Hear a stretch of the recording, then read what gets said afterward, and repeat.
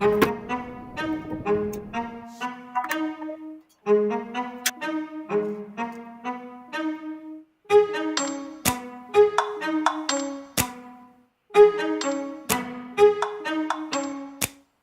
ride with me if you ride with me, you can slide with me if you feel like 550 on the 5 sticky, come get high with me, that's a deal, right? Ride with me if you ride with me, you can slide with me if you feel like 550 on the 5 sticky, come get high with me, that's a deal, right? That's a deal, right? That's a bet, right?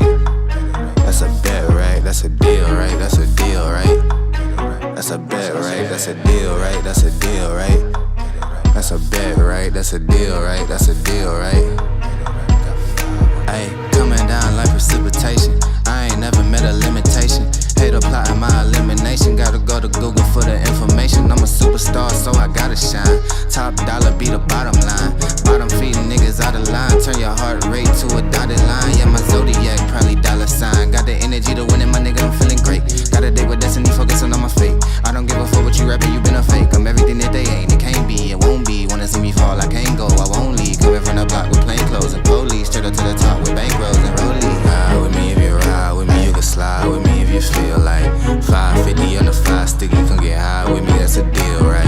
Ride with me if you ride with me, you can slide with me if you feel like 550 on the 5 sticky, come get high with me, that's a deal, right? That's a deal, right? That's a bet, right? That's a bet, right? That's a deal, right? That's a deal, right? That's a bet, right? That's a deal, right? That's a deal, right?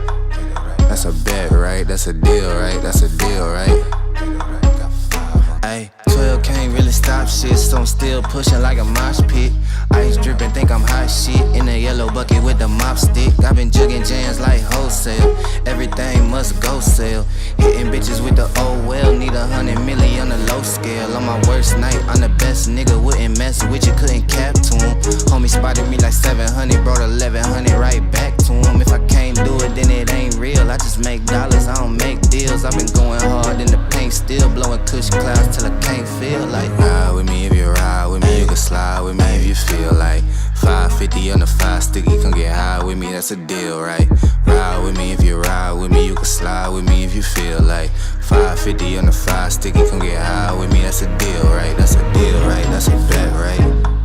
That's a bet, right? That's a deal, right? That's a deal, right? That's a bet, right? That's a deal, right? That's a deal, right? That's a bet, right? That's a deal, right? That's a deal, right?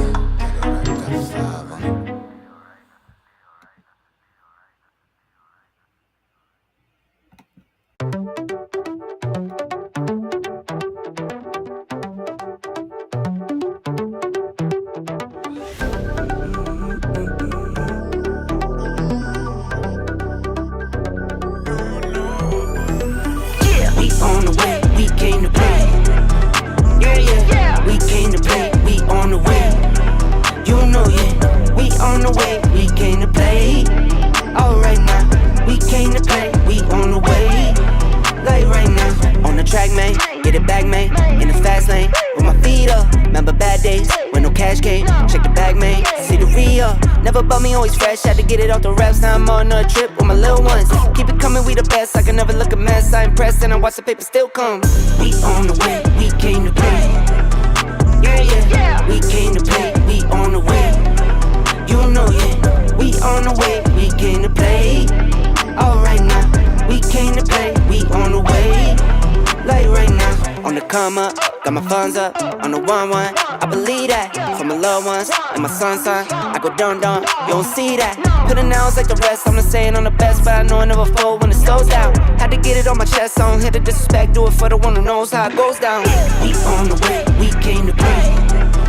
Yeah, we came to play. We on the way. You know, yeah, we on the way. We came to play. Alright now, we came to play. We on the way. Like right now, I didn't come here to play. I didn't come here for games. I stay away from these lanes. I didn't come here to play. I didn't come here to play. I didn't come here for games. I stay away from these lanes. Me, I just stayed in my lane. We on the way, we came to play. Yeah, we came to play. We on the way. You know, yeah, we on the way. We came to play. All right, y'all. Let me get the volume right because it sounds like I'm screaming on my other video. Y'all know how this goes. Don't come for me. I got my own opinions, and that's what it is. Okay. Anything else? Hey, I can show you to the damn news sites I went to. Anyways, that's it. Let's begin. Let's get it. Green light, let's get it. Green light, let's get it. Green light, let's get it. I'm the future, I'm in it. Check score, I'm winning. Green light, let's get it. I just win. Win, win, win, win. I'm on 10, 10, 10, 10, 10. Hey, what's up? How y'all doing? As you can see, I'm already irritated. Let me get that grimace off my face because this next story ain't all that bad. I guess I don't know, but yeah, you'll see that look in a minute because it's coming back. I promise you. And anyways, hello everyone. So let me go ahead and do this because I had to. I'm always having to switch shit up. But here we go. Hello, motherfucker. Hello. Hi. So that out of the way, let's go ahead and get into the first story. You know how it is. I'm gonna give you your tea first. So here we go. Where the hell is the button? Here we go. And then the smoke got me. So Muni Long bows out of the Boy Is Mine tour. I don't know who's all on the damn tour, because I'm not good with tours and stuff. I haven't never really gone to any. So usually when they say tour, I don't be expecting a damn opening performance, and most of the time the performances be not so good.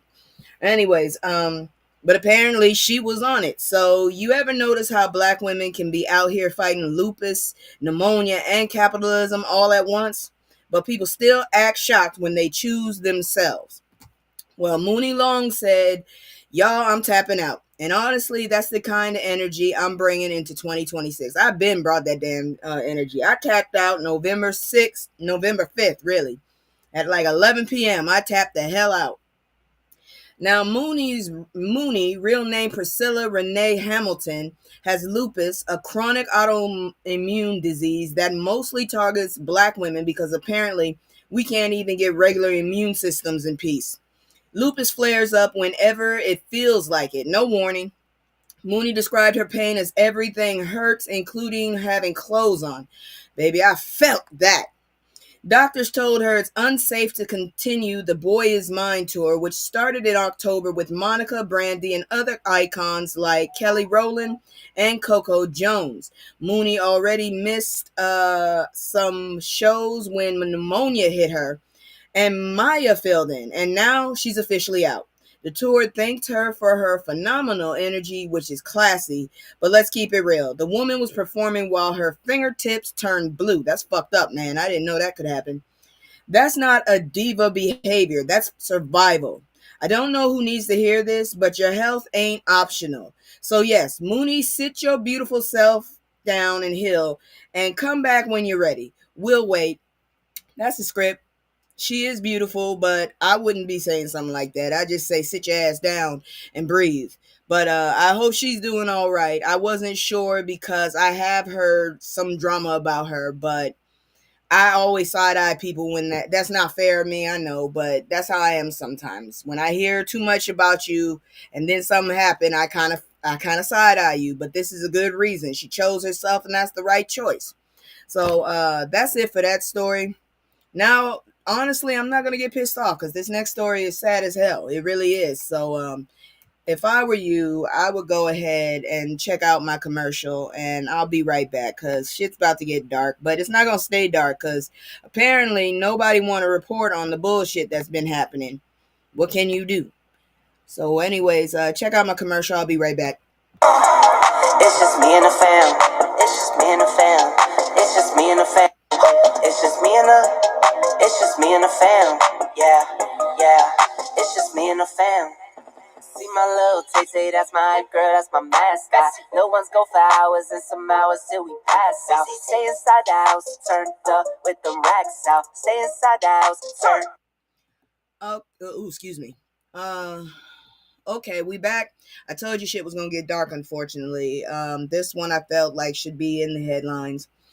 Two sisters with big hearts unalived in a house fire on Thanksgiving after trying to save their father. So they went out like, geez, I guess you could say, I don't know what to say. Those are heroines. That's right. Now, this one right here broke me. Two sisters from Orange, New Jersey, Frentisia and Pojane Fleury, unalive trying to save their father from a Thanksgiving house fire. And y'all, they saved him. Oh, hey, Joker. They saved him. They got him out, but they didn't make it out themselves. Francia was a Marine veteran turned X-ray tech, and PJ ran Brown Eyes magazine, a wellness publication for black folks. The irony. Two women who spent their lives helping others gone while doing the same thing for family. Their dad, who has dementia and disabilities, is in the hospital recovering from smoke inhalation. 7 other family members survived, but the emotional damage is permanent.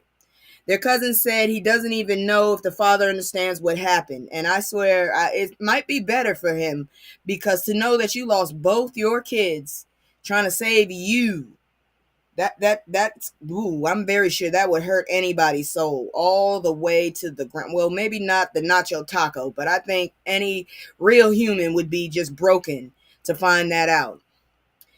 Let's see. Let me tell you something. We talk a lot about heroes, but these women were heroes, not Marvel movie types, real ones. A GoFundMe is up to help the family, but this story should be national news every damn day. Because the love that makes you run into a burning building, that's what black womanhood looks like when the world ain't watching.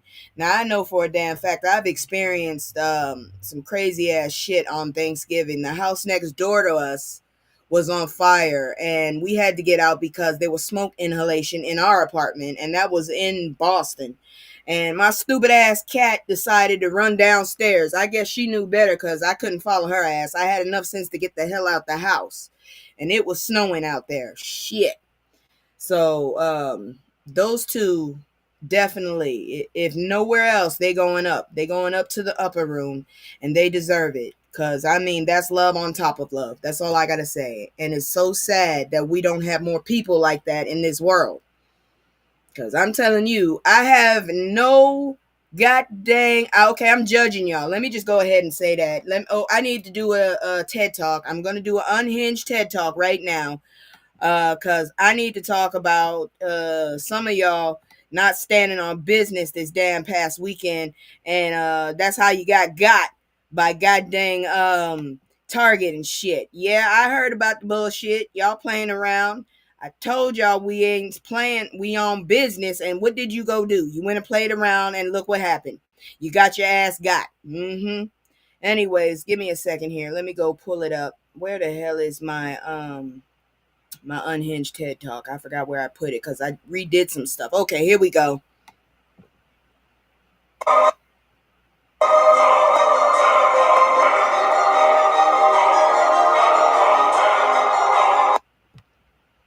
I'm not sure if people have realized, but that real person is yeah, that's me. Anyways, what the hell is wrong with some of y'all? I do believe y'all are just punks. Did we not have the discussion that we wasn't gonna go out and buy shit? I done heard all the shit about y'all, so I'm judging the hell out of y'all. You ignorant as hell, and you got. I heard about them swag bags. Wasn't nothing in that shit. I made, if that's the case, I made a swag bag for my 3 younger cousins who are Jehovah Witnesses. That's what I did. And shit, I gave them more than fucking Target gave y'all. This is a hot ass mess. You know what? Y'all need your asses whooped. First of all, I thought we was boycotting that shit. All right? And y'all went your asses up in there. Girl went up in there. She went all up in the swag bag, and she won some kind of ninja slush. You won a slushy machine. Really? That's the flex you doing? That's what you flexing? You got a slushy machine. Girl, you done wasted gas, your sleep, and really, oh Lord, I don't understand what's wrong with y'all fools. And I thought people already knew that the scam was real. We talked about this shit like 2, 3, 4 years ago. That god dang, these stupid ass companies were raising the prices on shit before the holidays and then bringing it down. I thought we already knew this shit. Why are y'all acting like y'all brand new? You shouldn't even have been outside in the first damn place. I thought we was getting into good trouble. See, this is how we stay in bad situations.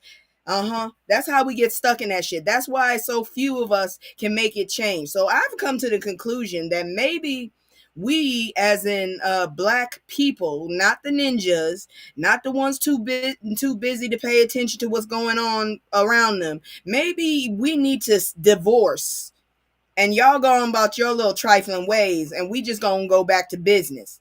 Cause I ain't came out this damn house since I got that damn turkey, and I finally cooked the shit. I did take pictures. I forgot to upload them. I'm gonna do a video later on it, cause I took a whole bunch of pictures of that big ass thing, and I learned the hard way. Don't shoot up a butterball. It looked like soup at the half of the damn turkey. I'm not even joking. Half the damn turkey was covered in marinade or whatever else they put in that damn turkey. This is why I don't eat fucking turkey on the holidays, but then again, I don't celebrate these things. I will be observing Hanukkah because I am interested in Hebrew, not Jewish, Hebrew. I'm talking about the ancient motherfuckers, the ones that were actually brown. I'm all into that right there, okay? And so that means a lot of holidays I do not celebrate, but I ain't got a problem giving to people that matter to me. All I'm saying is y'all should be ashamed of yourself, for real. And I'm not sorry that y'all asses froze out there for bullshit. Come on now, they put Elf. Elf is everywhere. It's cheap as fuck. I could get Elf out the goddamn Family Dollar. Okay? Y'all some ignorant bastards. Talking about we gonna boycott. So now, I don't know if it worked. I don't know. Some people say it did. But I tell you right now, some of y'all told on yourselves, and I talked to someone, and his mama and him were shopping. And thankfully it wasn't no big stores. Now I am going out somewhere on Monday. It is not a big chain place. I'm going to get my medication. And then I am going to bring my ass back home. Because apparently it's supposed to snow like all hell on Tuesday. But anyways, that's all I got to say to y'all about this. You got what you deserve. Stop fucking with us. If you ain't true to this, then take your new ass on. Because I'm sorry, but yeah, I don't feel sorry for you. I don't feel sorry for none of y'all. I hope y'all catch a cold fucking around with us. Because I still kind of feel a way about a friend of mine that said she was not going to vote because both of these motherfuckers was evil. I know. But sometimes God has to give you something called discernment. And now look what the position we're in. And I still feel a way about this white chick I used to work with that sat her ass up there and said, there's no such thing as racism. Hell, I want to call her so bad, but I think her number changed. I want to call her so bad and ask her that shit, but she just got married too. I still want to call her ass out on that. And she married a woman. That's the crazy thing. But she said, there's no such thing as racism. You mother, oh Lord. Anyways, that's it for my TED Talk. My unhinged TED Talk. Some of y'all did y'all work, and some of y'all are just full of shit. That's all I can say. I'm done with y'all for the full of shit. If you set your ass up there actually shopping, and you didn't need to, this was no necessity, I'm done with you. That's all I got to say. That's it for my TED Talk. Thank you for coming.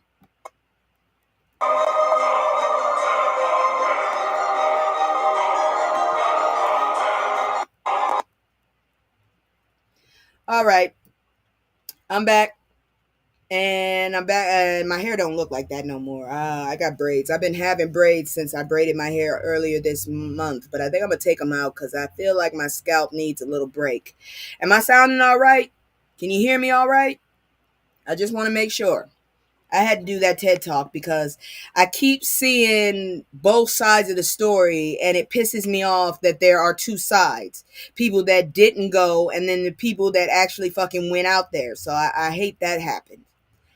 But anyways, maybe they're the rich motherfuckers. Maybe that's who we're seeing. Those motherfuckers that don't give a shit and voted for Trump. Maybe that's what we just saw. I don't know.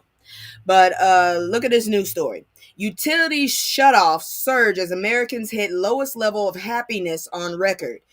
Are you serious? Thank you so much. I can't with these people. They get on my damn nerves.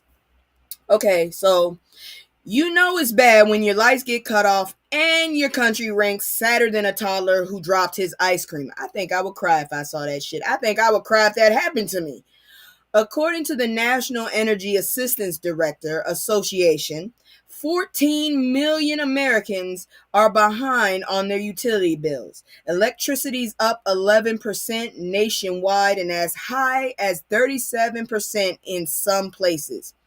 I don't hardly use the lights. That's the only damn reason I'm not screaming about it. But my shit is over $50. That's all I can say. Michigan alone disconnected over 40,000 homes in 1 month. Meanwhile, billionaires still flying to space like, damn, y'all still using the grid?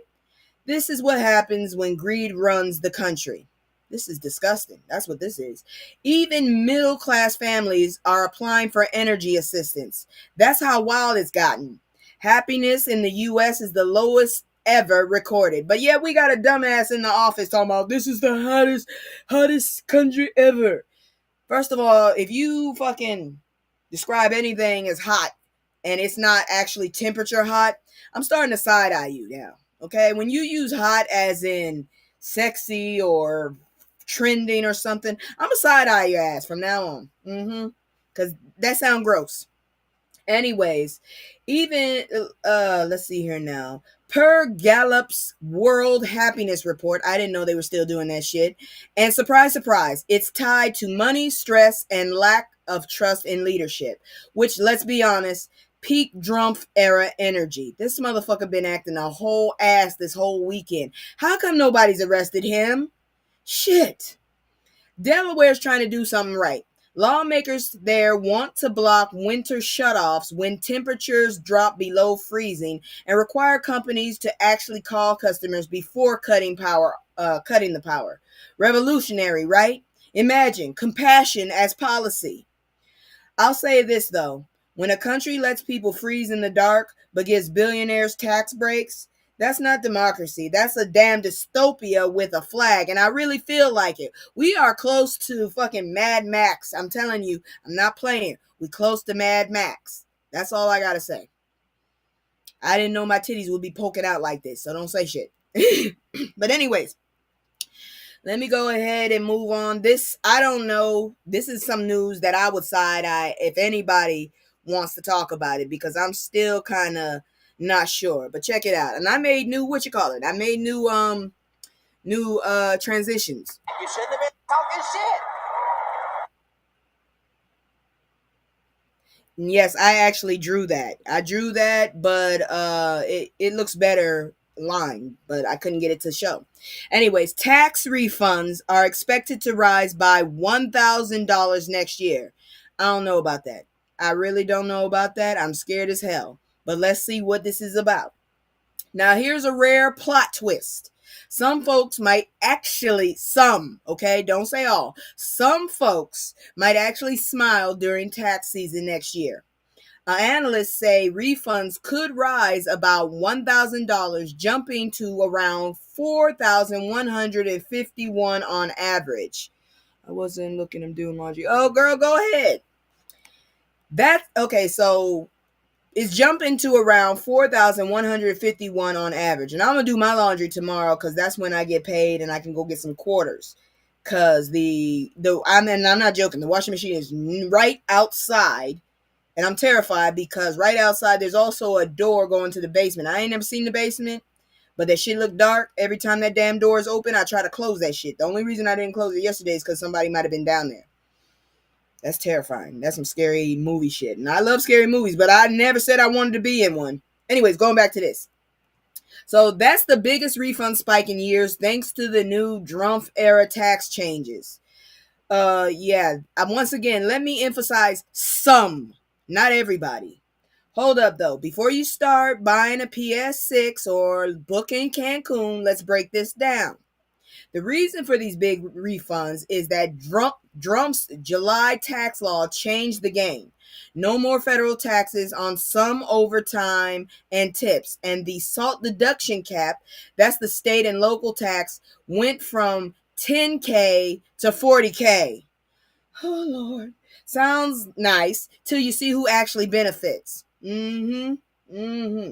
Most of the money goes to folks earning between 60K to 400K. And that's 6 out of $10 goes to people making 217K.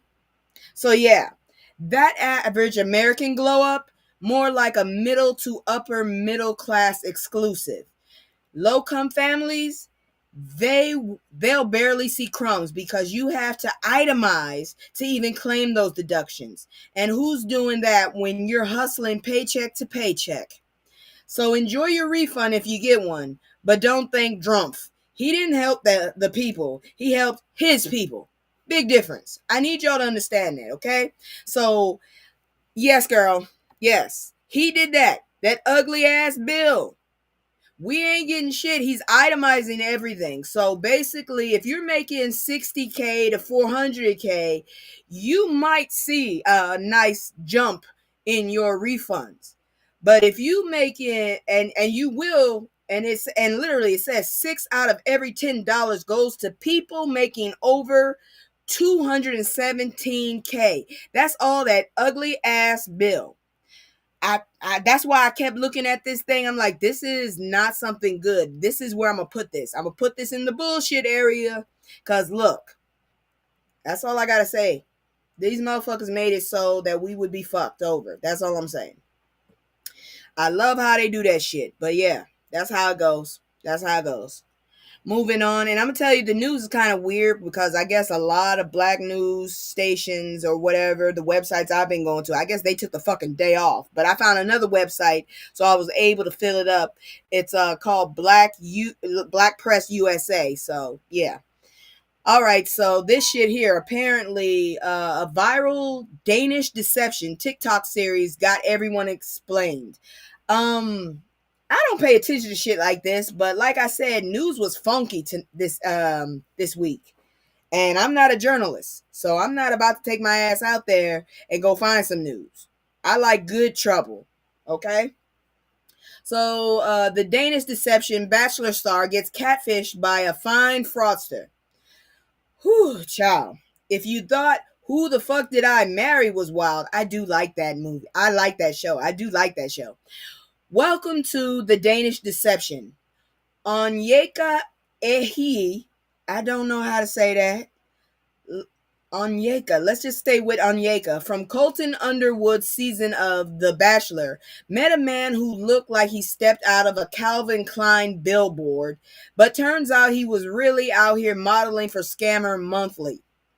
She met oh Lord Jesus, this dude is Scandinavian or something, because there's two A's next to each other and then there's an R and a D.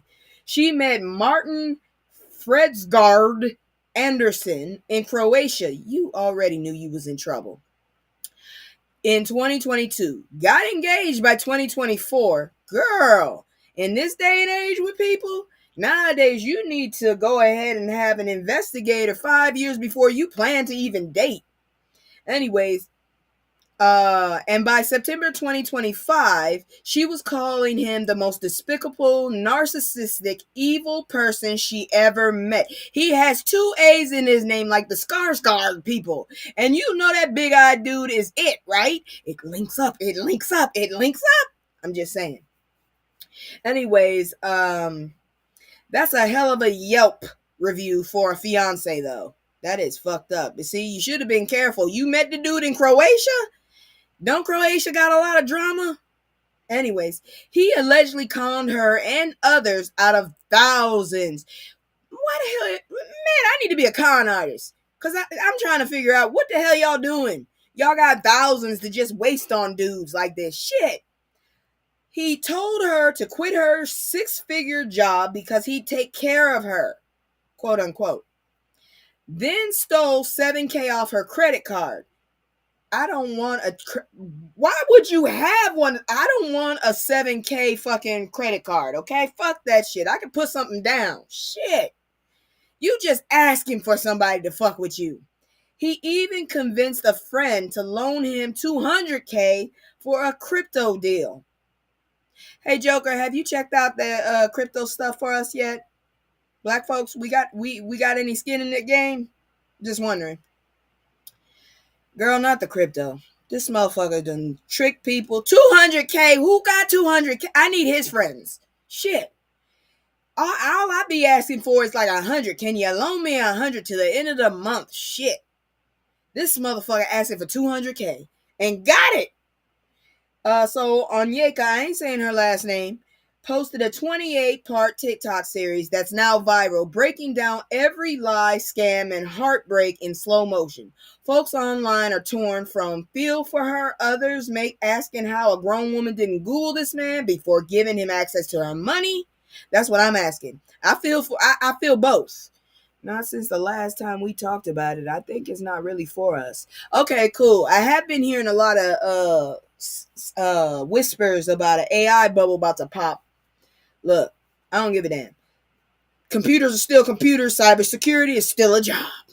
But damn, I wish I had a job right now. For real, I gotta go do something. I gotta be outside and being productive and bringing a check in.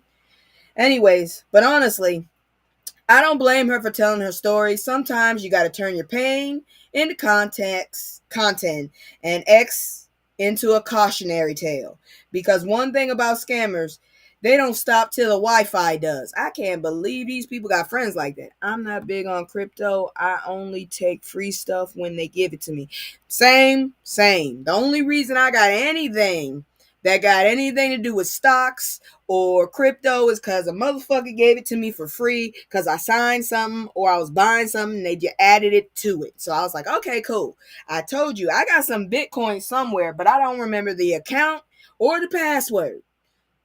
I don't know where the fuck. It was when I was in China. I know that for a fact. But anyways, let's continue on because I already told y'all how I felt about that bullshit y'all pulled on Black Friday. Some of y'all, I love y'all. I bet you some of my cousins was out there too. I bet you some of my relatives was out there too, but I stayed my ass in. But let's talk about it because I feel it was bittersweet for me. That's how I feel right now. I'm feeling bittersweet about the whole situation. But anyways, let's begin. That fuck 'em up. I'ma do my stuff. Yeah, that's a drawing on my mama. That's how I see her. Okay, and I told you I have new what you call it now. I have new transitions. I got tired of using just the same old. You know what I'm saying? But anyways, so this year, forget the doorbuster energy. We're talking about a different kind of Black Friday. One where we're not busting through doors, we're closing wallets. See, while Drumpf and his goons been gutting federal jobs, especially those held by black folks, hundreds of thousands of families are left hanging. And who gets hit hardest? Black women. 265,000 pushed out of the labor market. I'm one of them. I'm so pissed I ain't never been this unemployed in my life. Oh, you might have a few dollars. Bitcoin has gone up. Yeah, but I don't remember what the website was or anything. Oh, thank you. I thank you very much. I went and threw some drawings and some stuff together. So, all my graphics and stuff are created by me with help from tools. Anyways, where was I?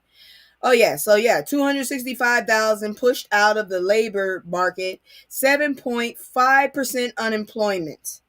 Highest in years, but go off. Make America great again, right? Nah, guess what? I found out that Make America Great Again, MAGA, right? MAGA in other languages is not good. I'm starting to understand this. I didn't realize we were so goddamn. I didn't realize this was getting so spiritual. My mistake.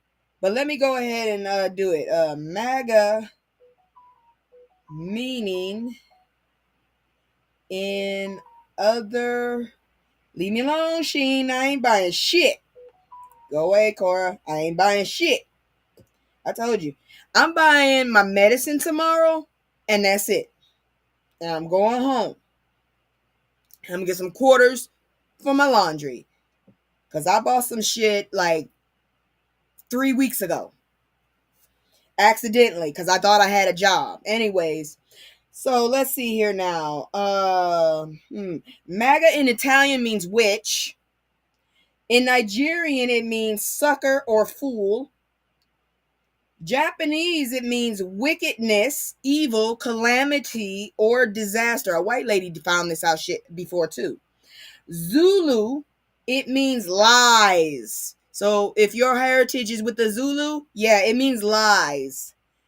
Let's see. In Sudanese, MAGA means dragon. I don't want no dragons near me. I'm just gonna tell you that right now. I don't want no dragons near me. Tagalog. That's the Tagalog. I think that's the Indian people. It means swollen part. Ew. I don't want nothing swollen around me. Anyways, and in Hindi, it's a mug. You know that's fucked up. It means evil. They picked it. I didn't realize we were so spiritual at this point. Wow. But yeah. All right, y'all. I'm about to give it all to you because you pissed me off, y'all that went out there and shopped. So this year, y'all was supposed to forget the doorbuster energy. And I personally hate Black Friday with a passion because I had to work on Black Friday. I have never really had the luxury. I tried shopping on Black Friday once. I'm not getting up that fucking early. I like sleep. The only time I'm getting my ass up that damn early is because I have to go to work. Yeah, oh yeah, okay, yeah, Philippines, tag along. I don't know why I thought Indian.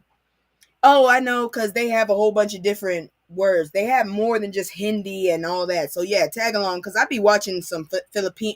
I be watching different language horror movies, okay? I've been watching those Indonesian horror movies. I'll tell you right now, the Muslim ones, they're just ripoffs. The ones that are in like Israel, yeah, those are ripoffs, straight up ripoffs. But I've been watching all over. I love subtitles. I don't know why. I like reading and watching a movie. So yeah. But I'm off topic. God dang it, Joker. On the job. She on the job. God dang it. Anyways, let me go back. All right. So we're talking about a different kind of Black Friday. I fucking hate Black Friday. I'm serious. I've had to work on Black Friday. It's horrible. Fucking horrible. So one where we're not busting through doors, we're closing wallets. Shit, my wallet been closed. See, while Trump and his goons been gutting federal jobs, especially those held by black folks, hundreds of thousands of families are left hanging. And who gets hit the hardest? Yeah, ha ha ha. You just get me on a tangent.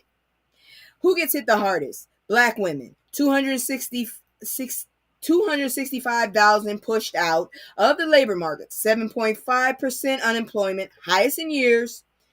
I think I went over this before. But anyways, yeah, we talked about that. So Congresswoman Ayanna Presley called it what it is, a crisis of black womanhood. The Trump policies didn't just mess with paychecks. They hit schools, neighborhoods, and the middle class ladder our parents already built while fighting in Jim Crow 2.0. So this Black Friday, the mass blackout and We Ain't Buying It coalition said, we're not doing this. Their slogans, no spending, no work, no surrender. Latasha Brown from Black Voters Matter put it plain. We ain't buying racism. We ain't buying abandonment. We ain't buying the wealthiest country in the world can't take care of its own citizens, period. Amazon and Home Depot got called out by name, accused of helping Trump's economic agenda while black families suffer. Both deny it, but you know what? Denial don't pay rent. So this Black Friday wasn't about saving $20 on a TV. It was about saving our dignity. We ain't buying it. We damn sure ain't quiet about it. And don't forget, it ain't over. Cyber Monday is starting tomorrow. I ain't gonna be online buying shit. I might buy something on Tuesday if it helps me with my content creation. So you already know I ain't going to Walmart, but I'll be damned if I do anything on Cyber Monday other than go get my medicine. That's all I'm gonna go do, and that's local. That's locally grown medicine. I'm going to go do that. That's what I'm going to do on Monday. And probably buy some water because apparently my weather don't know whether it's going to rain or snow on Tuesday. I'm just saying. We're gonna move on. You know what? I've been telling y'all this. I've been saying this. I'm not joking about this. This is what it is right here. Let me bring this down so y'all. Okay. I've been told y'all these motherfuckers are idiots. And y'all didn't listen to me. So I gotta play this again. Let me see. Can I get it? Pop that, fuck 'em up. I'ma do my stuff. Yeah, that's how I feel about my mom. A lot of times she just be whop, whop, whop on my head. Anyways, so let's talk about Trump's latest clown car of unqualified chaos. How the hell are we allowing this shit is what I don't get. You ever seen a lineup so messy it felt like watching a group project you know's about to fail? Like, you know, you watch these fools sit up there and they done set it up and it's just barely staying together. And all you need is to sneeze and that shit gonna fall. Have you ever seen that shit? Because this is what this jackass is doing. So let's go down the list. Lindsay Halligan, ex-pageant queen. I still think that's a man. The now U.S. attorney got appointed with zero prosecutional experience. Like, girl, this ain't Miss Constitution 2026. Her cases against James Comey and Letitia James were tossed out immediately because her appointment wasn't even legal. Dumbass. Then you got Dr. Oz. Yeah, the TV snake oil salesman running Medicare and Medicaid. I'm so scared. This is why I'm taking my ass off to fucking Canada. He actually said people will need to prove they matter to get benefits. Sir, you first. Cause I don't see you. What do you give to this country, honestly, other than the fact that you know how to style gray hair? That's about the most I've gotten from you, sir. Anyways, FEMA's new chief, a Marine turned martial art instructor who said he'd run right over anyone in his way. Maybe he meant the hurricanes. Robert F. Kennedy Jr. That was one someone should have swallowed. Anti-vaxxer in chief is now Secretary of Health and Human Services, which is like putting a vegan in charge of a barbecue festival. He even tried to float some racist nonsense about separate vaccine schedule for black folks. Nah. And let's not forget Elon Muskrat. This motherfucker ain't even American. Now head of the Department of Government Efficiency, Doge, which thank God they finally got rid of. Made a meme department. Musk didn't even go through confirmation. Just waltzed in there like he owned democracy. Fucked everything up.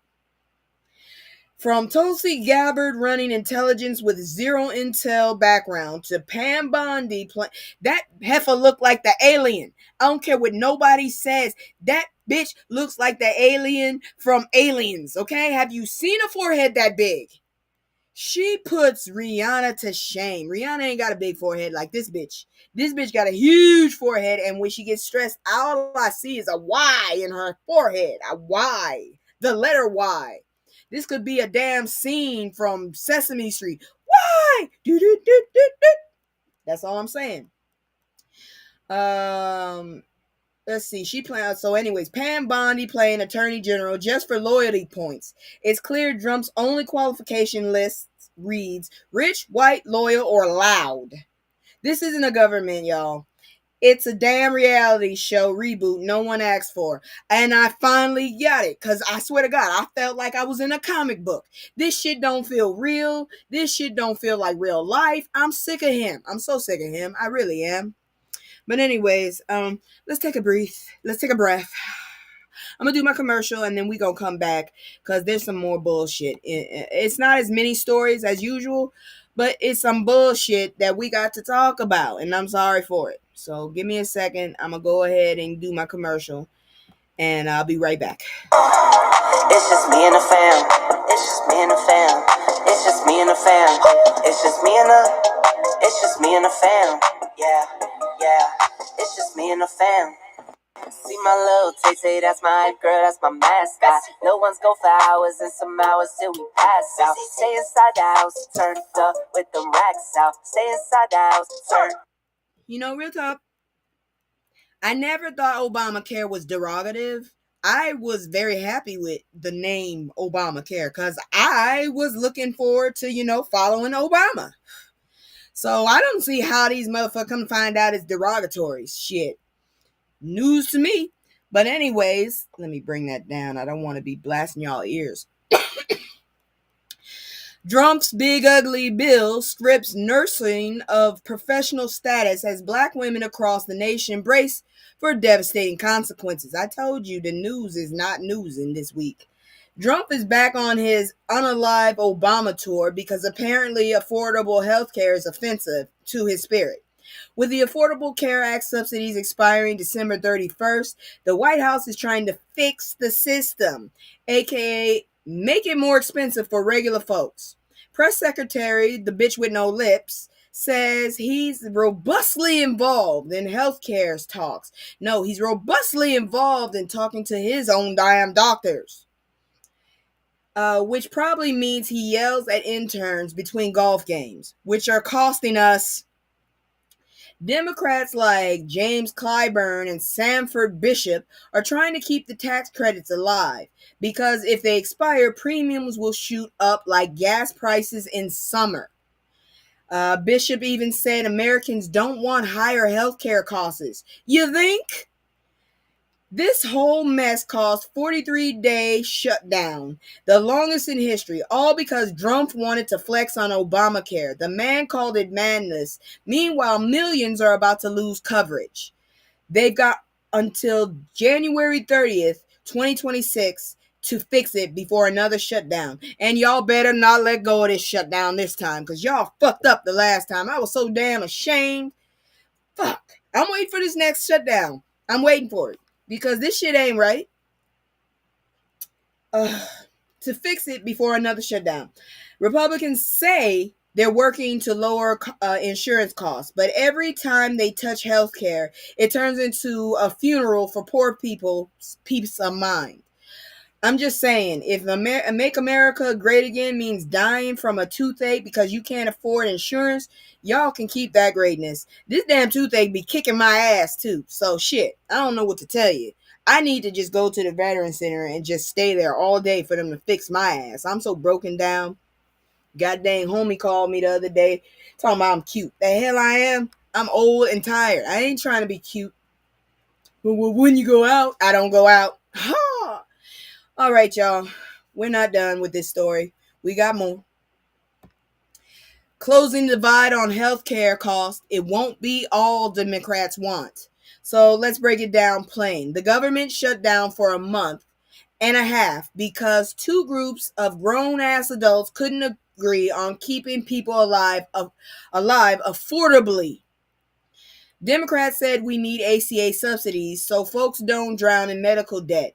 Trump said, nah, y'all extorting me. How about this? How about y'all stop fucking around and we actually go ahead and finally get free healthcare for everybody? How about that? Every other fucking country has it but us because y'all racist bastards didn't want black people to have it. All this shit comes back to us. Okay. Yeah, I'll go. You sound like somebody I need in my life. Shit. I do need someone to just poke at me. I get shit done, but I get it done better because I've gotten used to people always prodding the shit out of me. So now I kind of need people to prod me for shit. I'm not scared of you. I'm 5'4". How tall are you? I ain't scared of you. What'd she say? I can't see hardly. You know, I barely passed. I'm going blind, y'all. I barely passed my damn driving test last time. Shit. My eyes be so crossed, it's ridiculous now. I'll go get me some contacts. I don't want glasses. Anyways, let's keep on with this. I don't know what to tell y'all, cause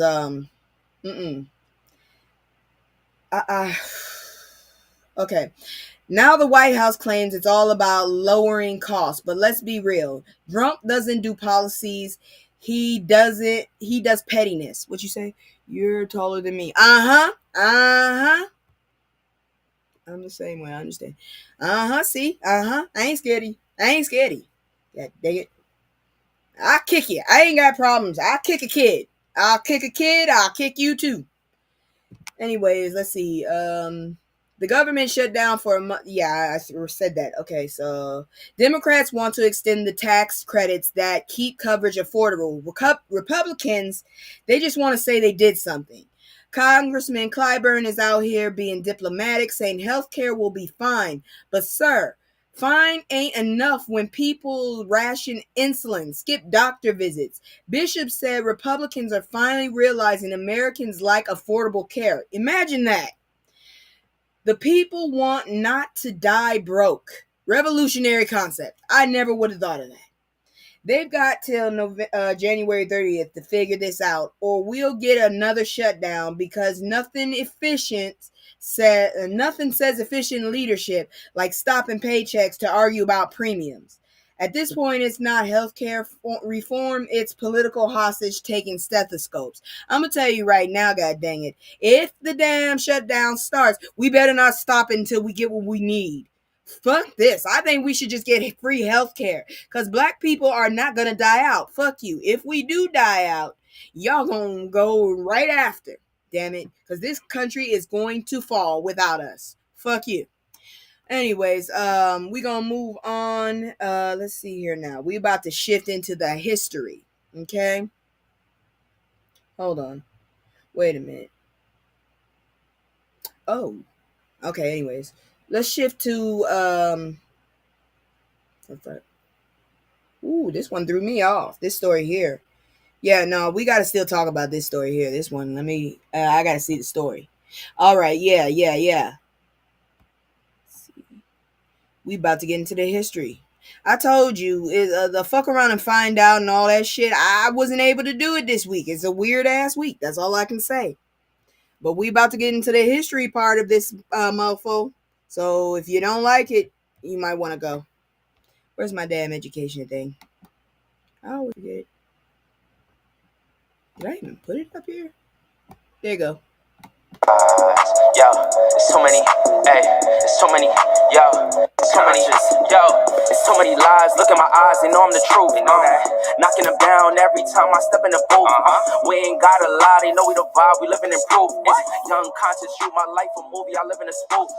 Ain't no sticking around, I'm on the move, I'm checking the dudes. Yeah, it's only us two, so you know we copping that coupe. We on the roof, smoking dope, look at the view. Yeah, we used to chill on the stoop, now we out here breaking the news. It ain't shit.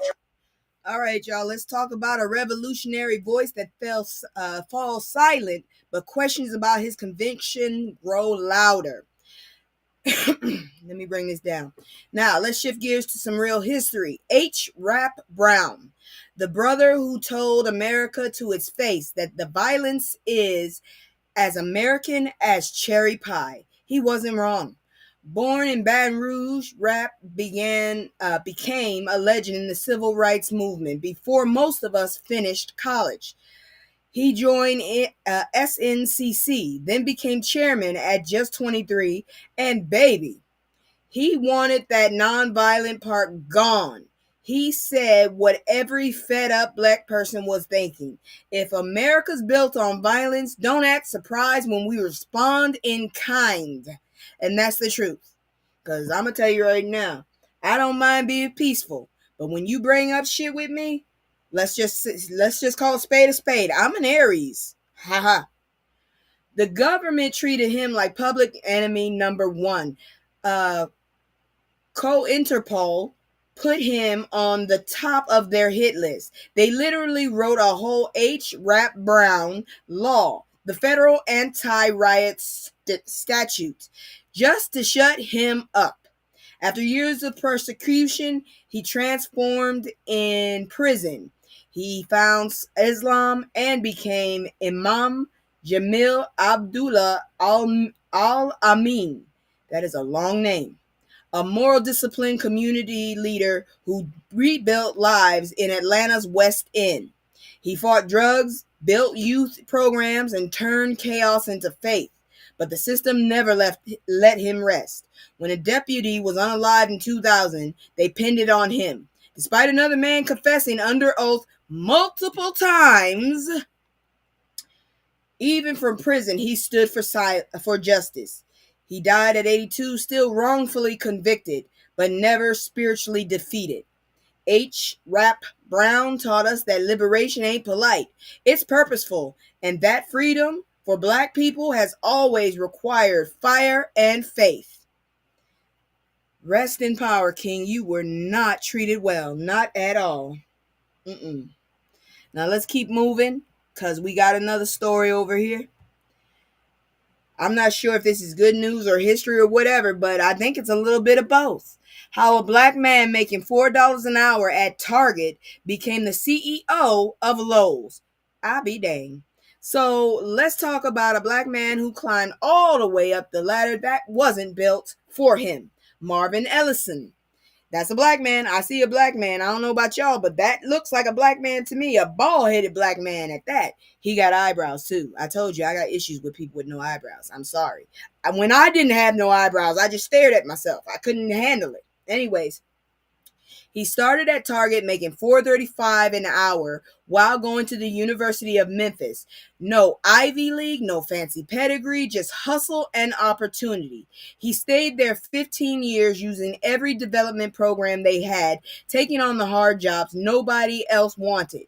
You know how corporations do. We need a volunteer for this impossible mess. He said bet and turned it into a stepping stone. Look, I tried that, but damn it, I'm not driving 2 hours to work for 2 more months. Fuck that. I know when the hell to say stop. Then he moved to Home Depot and spent 12 years in senior operations, eventually becoming a executive vice president of U.S. stores. While other folks were playing corporate politics, he was literally running the floor. Logistics, people, stores, all of it. In 2014, he made history as the first black CEO of J.C. Penney. If that wasn't enough, in 2018, he became CEO of Lowe's, making him the first black American to lead 2 Fortune 500s. Top black CEO on the Fortune 500 list. That's not a flex. That's a resume that needs its own museum wing. But here's what I love. He's honest about the mixed feelings. He knows he's a role model and a door opener, but he's also looking around like, why am I one of only 8 black CEOs in the entire Fortune 500? Exactly. That's not representation. That's a rounding error. But here's what I love. He's honest about the mixed feelings. He knows he's a role model, and he knows all of that. Under his leadership, Lowe's launched the Inclusion Network to support and grow employees while other companies quietly backed away from DEI. Lowe's kept it moving. Marvin isn't just cashing checks. He's trying to change the culture from inside the C-suite. So that's why dude said that Lowe's won. I agree. So yeah, and when folks say black people just need to work harder, I'm like, cool. Go read Marvin Ellison's story and then go fight the system that keeps there from being 1,000 more of him. Exactly. This dude literally went all the way up. He went from the bottom all the way up. God dang it, we need more people like that. That is inspirational as fuck. But anyways, I now have a new thing, a new segment. I'm so proud of it. I made it. I hope it works. If it don't, I'm going to be pissed off. But yeah, I call it This Week in Black History. So let me just find out where the hell I put it. Because I be making stuff and thinking up stuff, and I'm hoping it works. Where is it? I think this is it. Nope. That's Black Terrorist. Here we go.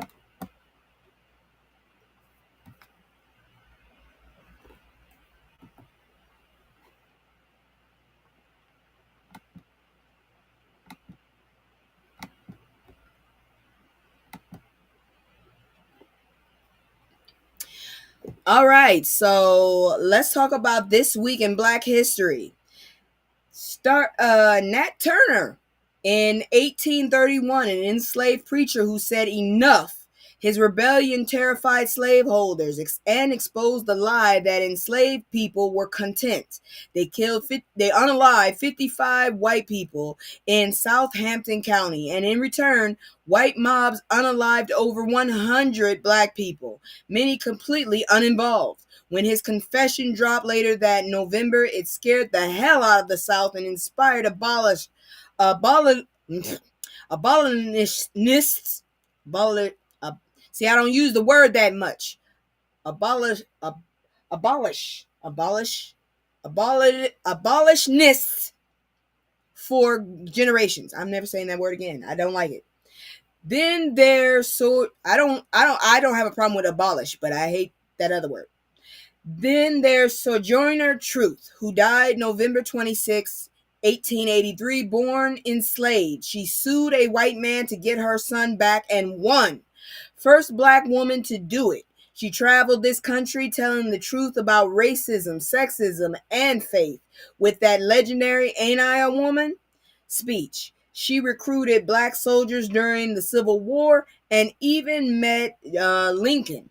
Talk about a resume. I think my first daughter will be named Sojourner. And I'm going to tell you right now, if I have a son, he in trouble. I'm going to name him Charlie, and his middle name will be Murphy. I'm sorry. I want a son named Charlie Murphy.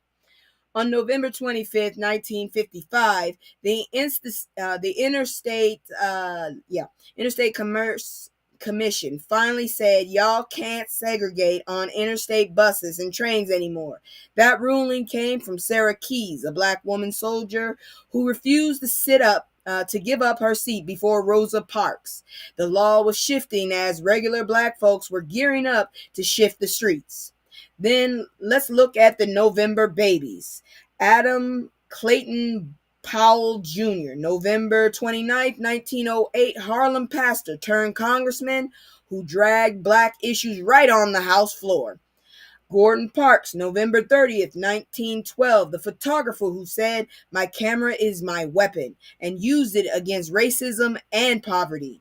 Shirley Chisholm, November 30th, 1924, first black woman in Congress, first black person to run for president from a major party, and she did it unbought and unbossed. We need more of her.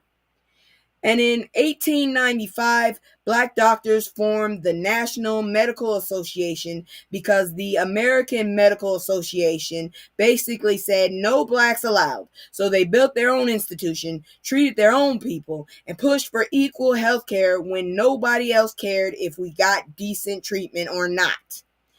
The thread through all of this, we never waited for permission. We rebelled, we sued, we legislated, we created art, we built institutions. Our history is not just about what was done to us, it's about what we did in response. That's the part they don't like to teach. So there you go. This is what happened this week in Black history. Let me go ahead and close that up. What y'all think? I like that little setup. And here we go, right back into some more history. Meet Roxanne Brown. She's another first. I hate that we're doing first, not because the people are the first, but because in this year we shouldn't be having first. We should be having like hundredth. It's a damn shame. Anyways, let's talk about Roxanne Brown. Now let's talk about Roxanne Brown, who is about to do something a lot of folks never imagined. Become the first black woman president of the United Steelworkers, the biggest industrial union in North America. She was born in Kingston, Jamaica, and raised in New York by what she called the Amazons, a line of strong single women in healthcare and union work. Shit, then I must have been raised by a Amazon, because my mom is 5'11" and it was a union stewardess. You tell me. And she was single. At least for what I knew. She kept her business behind doors. I don't know. I was told to mind my business. So she didn't just stumble into labor movement. She grew up in it. AFSCME, nurses unions, that was her backdrop. She worked her way up inside USW, starting in the policy shop, learning the issues from the ground up: wages, safety, trade, tariffs, manufacturing, not just slogans, systems. Now she's stepping into the top role, and the board under her will be the most diverse the union has ever had. Here's the thing: when people picture steelworkers, they imagine one kind of guy: white, male, hard hat, shut up phone, white, male, hard hat, cigarette, maybe a beard, named Earl. Why Earl? Roxanne is like, yeah, that's not the whole story. USW represents folks who make everything from Starbucks cups to Amazon boxes, car glass, steel, iPhone glass, fiber optic cables, cement, oil, even some COVID drugs and caskets. Basically, half the stuff in your house has a union thumbprint on it.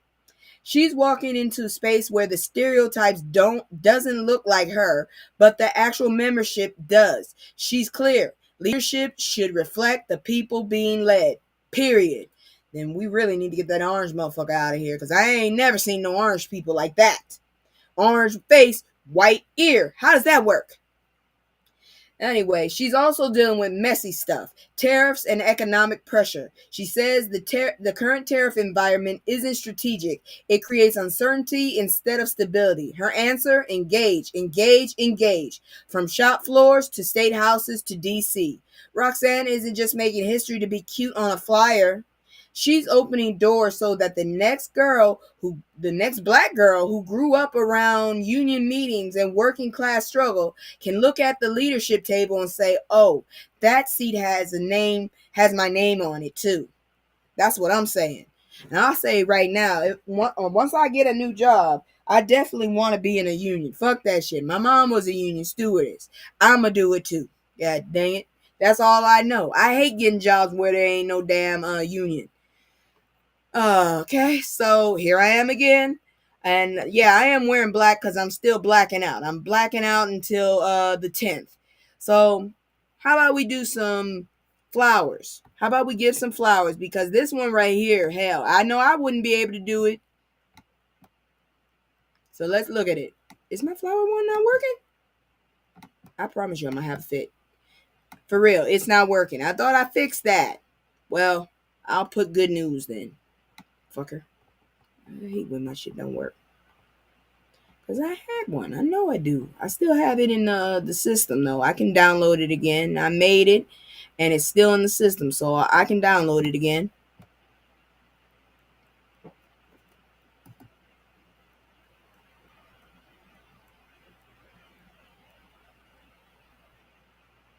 Redemption Run. Jocelyn Francis runs her redemption. So from depression to 26.2. This one right here is for everybody who's ever felt like life benched them. I feel that way now. Jocelyn Francis is a NASM certified strength and conditioning coach from Jersey. Her story starts in Trinidad and Tobago, the island girl from the northern countryside, across the river and up the mountain in Lower Santa Cruz.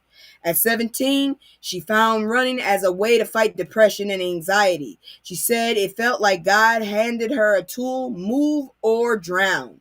Fast forward, she runs a virtual marathon in 2020. When the New Jersey race gets canceled, she hits the Berlin Marathon in 2022. Then she locks in on the New York City Marathon with a 9+1 program, ready to check off another major, what you say? Kick the bench over. I'm trying, girl, I'm trying. That bench is, I'm tired of shit, because I really do. If you hear about some jobs, let me know, because I need to do something. I can't just be sitting here just going to school. I got to be productive. I come from a working family. Anyways, then the plot twist. Her knee starts screaming. Doctors say you need surgery. Also, you might never run again. 3 months before NYC, that would break a lot of people, and it did break her for a minute. She spiraled, questioning her faith, her body, everything, because running wasn't just exercise for her. It was survival. She deferred the marathon, went ahead with surgery, and did the ugly part no one posts on Instagram: rehab, doubt, pain, patience. And while she's watching the 2024 race from the sidelines, cheering for others, she sees disabled runners, people who have every reason to quit, not quitting. That lit something. By the time she got to the 2025 NYC Marathon start line in Staten Island, she realized the real race had already happened in her head. She cried the night before, and not because she was scared, but because she knew, I already won the mental marathon. She crossed that finish line not just as a runner, but as a walking sermon: faith, grit, and comeback energy. Her words: this is my comeback. This is my New York. This is my moment. And now she's eyeing an ultra marathon, talking about a 50-miler like it's a casual Sunday jog. Couldn't be me. If I do a mile, I'd be happy. I walk. I don't run. My knees have already given up on me. They gave up on me damn near 3 decades ago. Shit.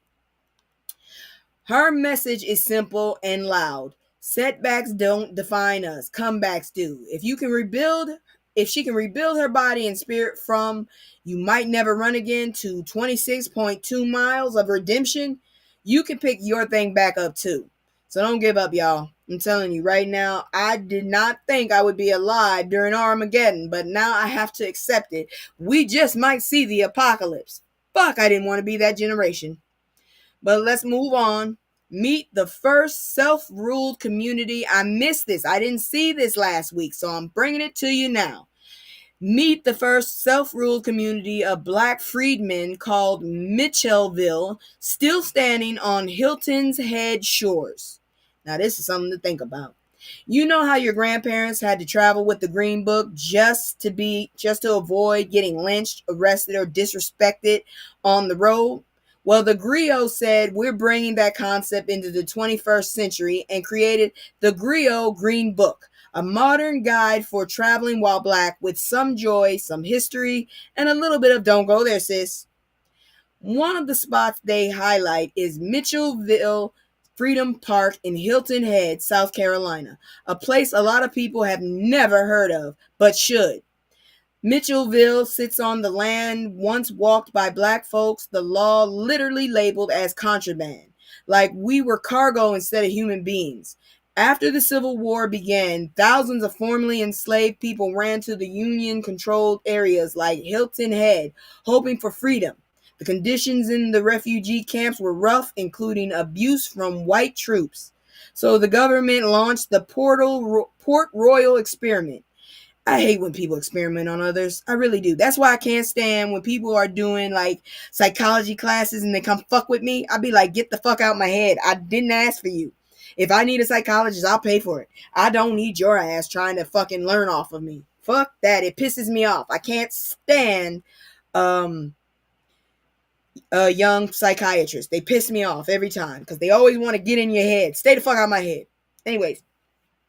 General Ormsby Mitchell, an abolitionist, there we go, abolitionist, I got the word right, had a different vision in 1862. He set aside land so these newly freed people could build a self-governed community.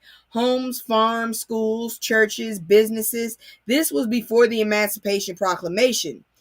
Mitchellville became the first known officially self-governed town of Black freedmen in the U.S. They even passed what's considered the first compulsory education law in South Carolina, requiring Black children to attend school. These weren't unskilled former slaves. They were blacksmiths, seamstresses, carpenters, herbalists, highly capable people given space to build. And I think we need to do it again. Hurricanes, land disputes, and dirty politics eventually shrank the town from 3,000 to 300. But today the land has been returned to Mitchellville Freedom Park with sculptures, a reconstructed church, a Harriet Tubman statue, a Toni Morrison bench, and the Juneteenth celebration. Descendants of the original residents still live in the area. Meanwhile, America will sell out tickets to plantation tours before they mention places like Mitchellville, towns where black people prove from the jump we could govern, build, and educate ourselves when given a sliver of a chance. So yeah, if you're planning a trip and want more than benches and brunch, add Mitchellville Freedom Park to the list. It's not just a park, it's proof that our ancestors didn't just dream of freedom, they organized it. And it's also proof that Elon Muskrat's fucked up ugly ass daddy was wrong. Damn it, when we get our own shit, we do very well. Very, very well. Motherfuckers, very well. Moving on. Let's talk about him. This man has been making me proud as hell, even though he got one hell of a goddamn tip of a head. Damn, he got a pointy head. For a black man, cut that. Can you cut that off? I'm just wondering. Did you do that on purpose? Is that supposed to be a mohawk or is that your head? Anyways, everything to know about Chicago Mayor Roots 100 honoree Brandon Johnson, who is standing on business. Who the fuck done fucked up? I just heard the police. Who done fucked up? Anyways, so Chicago went from mayors backed by political machines to a teacher from the West Side. That alone is wild in American politics. Brandon Johnson is the 57th mayor of Chicago, sworn in May 2023. Before the mayor's office, he was a social studies teacher in Chicago public schools. The guy in the classroom explaining history, then watching kids live through a lot of the same injustice. He got active in the teachers union, helped organize the big 2012 Chicago Teachers Union strike, and then moved into public office on the Cook County Board of Commissioners. I stayed in Chicago for a little bit for some change. His politics, very much on the progressive side. Social equity, community investment. What the hell is wrong with social equity? Maybe I'm a socialist. I don't see what's wrong with making sure everybody's taken care of. Anyways, and public good over. The hell was that? I ain't gonna go look. I just hear something outside my window. I ain't gonna go over that window either. I got a bat right next to my leg, so whatever's at that window will get hit with a bat before I know it, because it's closer to me. Let me move this other one on the other side of me, just in case I need to do a two-hand. I got two bats. Yes, I do. Let me move this one. All right. Make some noise. All right. Let's see what he said. Okay, he's been pushing on homelessness, police reform, public school support, affordable housing, and labor rights. Under his administration, Chicago passed the One Fair Wage Ordinance, phasing out the sub-minimum wage for tipped workers by 2028. That's huge for a city full of black and brown folks in the service jobs. He's only the fourth black mayor in Chicago's history and the first from the West Side in almost a century. That's not just symbolism. That means the voice of a part of Chicago that's usually over-policed and underfunded is sitting in the big chair. The Root named him a Root 100 honoree because his influence goes beyond city lines. He represents a version of Black power that isn't representation for the photo op, but lived experience turning into actual policy. From classroom to mayor's office, he's proof that when working class Black folks get real power, the agenda shifts from protecting institutions to protecting people. And I like him. I'm starting to really like him. I checked on Friday. I wanted to see how the boycott was doing. And he was up there literally telling people not to go shopping. I was like, damn, he's on business. That man right there, all I can say is I support him. I'm not in Chicago, but I support him. Moving on. Let's see here now. Oh, let me bring it down. All right.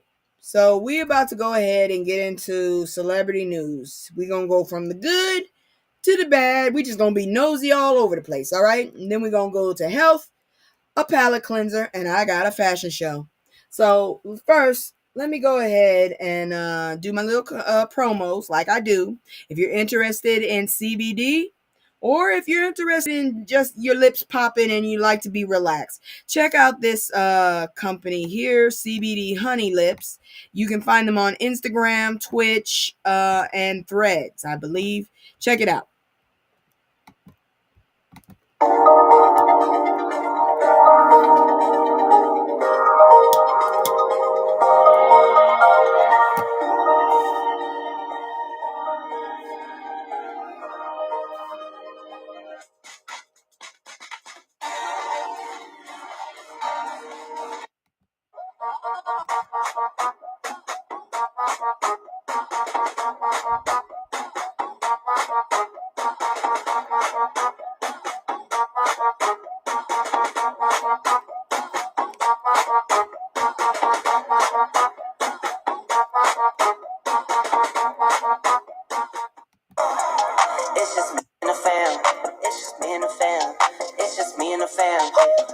and it's just me and the fam. Yeah, yeah, it's just me and the fam.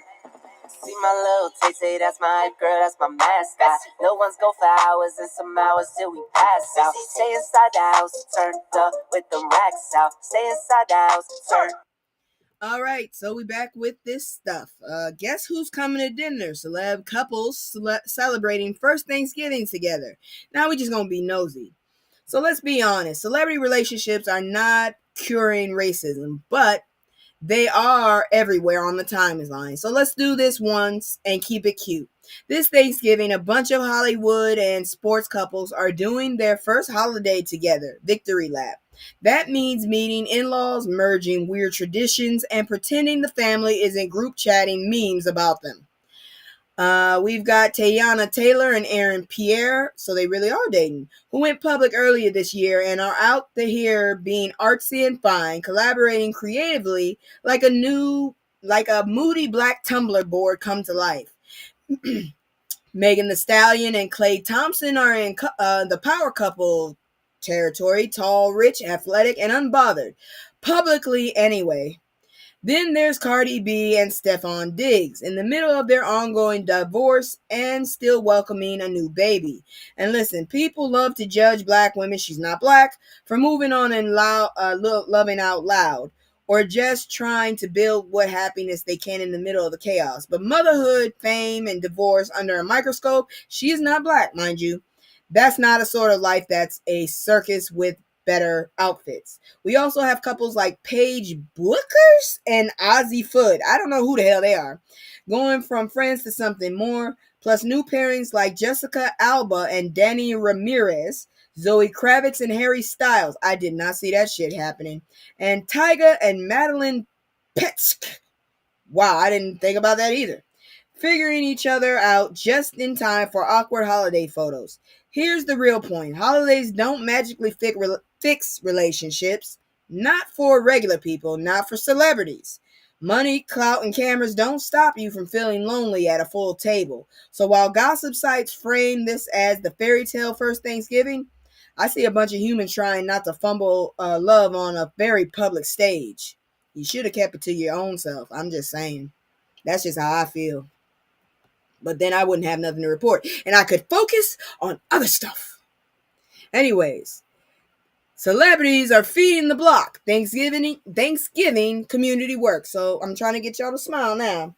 Now, this is the side of celebrity I actually respect. Instead of just posting plates on Instagram, a lot of artists use Thanksgiving to give back, not in a PR stunt way, but in the long black tradition of feeding folks when the system won't.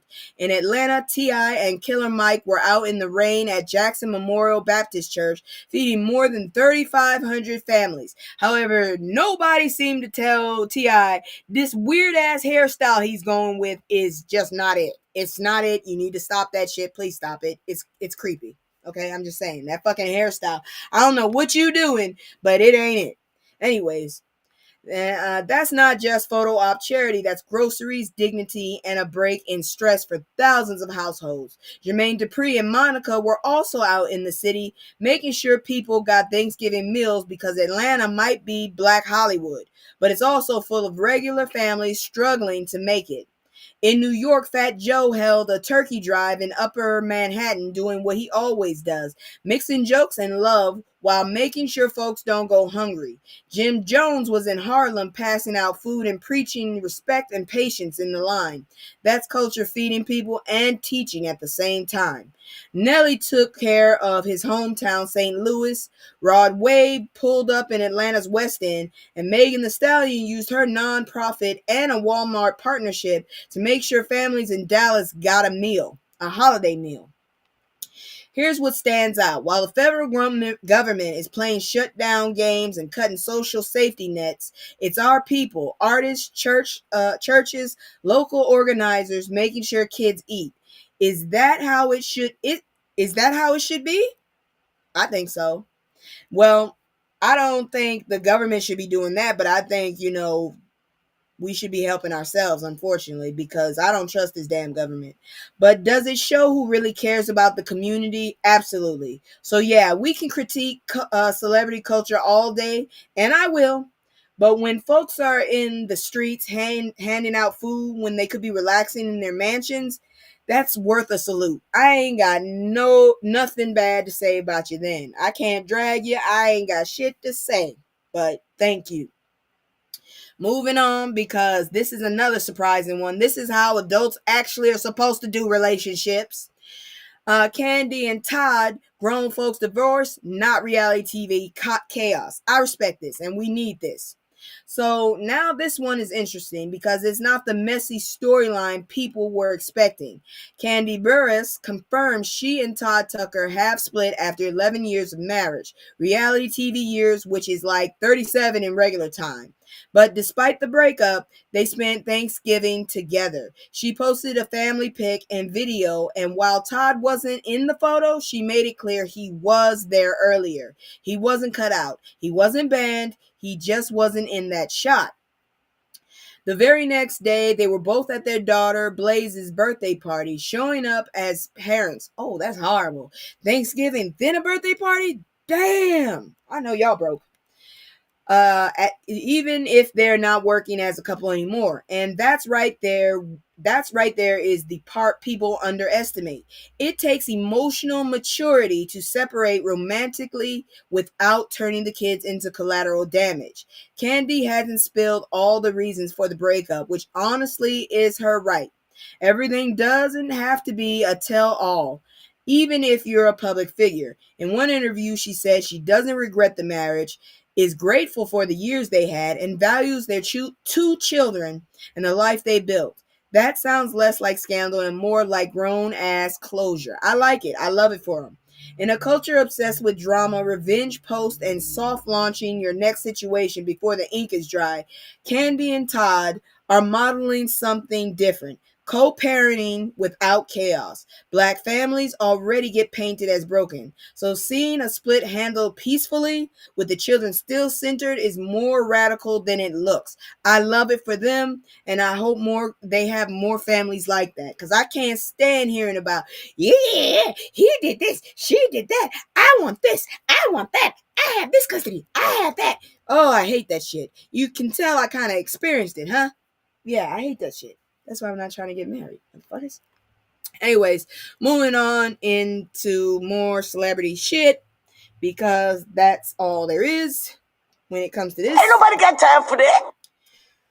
Ray J taken into custody after early morning domestic incident is live. Why? See, this is why y'all need to mind your own damn business. Why? Hey, Terry, what your ass doing up? Don't you got to go to work tonight? So this one is heavy, and I'm not here to make it cute. On Thanksgiving morning, Ray J got arrested in LA after a disturbing live stream from his home in Porter Ranch. Viewers watched him rant about threats to his kids. And hold on, let me check something. Did I ever turn that off? No, okay. Let's see here now. Viewers watched him rant about threats to his kids and his safety while loading a force multiplier on camera. Oh, you took a nap. Okay, cool. Police were called around 4 a.m. for a domestic DV report. When they arrived, they cleared the house and arrested him. During the stream, his estranged wife, Princess Love, that's her real name? Wow. Came into frame holding their daughter, and the two argued, with Ray J denying her accusations about the force multiplier and calling her intoxicated. You making me want to be intoxicated just hearing this shit. You can hear a child crying in the background. That sounds alone tells you everything about how serious this is. Now, Ray J and Princess have had a long, messy, on again, off again relationship in public. Reality shows, social media, public spats. But this is different. When weapons, kids, and mental instability are involved, it stops being tea and becomes a safety issue. This isn't about picking sides. It's about recognizing that a lot of Black families are navigating real trauma, and social media makes it feel like content instead of crisis. Whatever the courts decide, I hope the focus stays on those children and making sure they are safe, supported, and away from the chaos. We clown celebrity drama a lot, and sometimes they earn it. But this situations like this remind us, DV, um, that's the part we can't. That's the part. Emotional instability, weapons in the house, they are not jokes. That's the part we can't normalize just because somebody's famous. He need to knock that shit off. She need to knock that shit off. I think they need to break up, honestly. This is ridiculous. Every time I hear about those two, they sitting up there fussing with each other, fighting with each other. They get on my goddamn nerves. Anyways, let's move to the next story because I'm nosy as hell and this shit is from my generation, so give me a second here. Let me see. Because I'm so happy I have new transitions. You know what I'm saying? I'm happy about my new transitions. I forgot which button it was. Okay, here you go. You shouldn't have been talking shit. Black TV and film off-screen drama you may have forgotten. So, you ever notice how behind every hit black sitcom there's a little behind-the-scenes seasoning? Turns out some of our faves weren't exactly besties off camera. Let's start with Martin Lawrence and Carl Anthony Payne II. Bro Man himself spilled that the two were clashing over who the show really was about. What? I thought it was about Martin. Creative tension, not fist, but who could feel it in those last seasons? Of course, the biggest blow up, Martin and Tisha Campbell. She filed that 1997 harassment suit and dipped out of the final season. The chemistry was gone. The show folded and fans were heartbroken. Shit, my mama was watching it.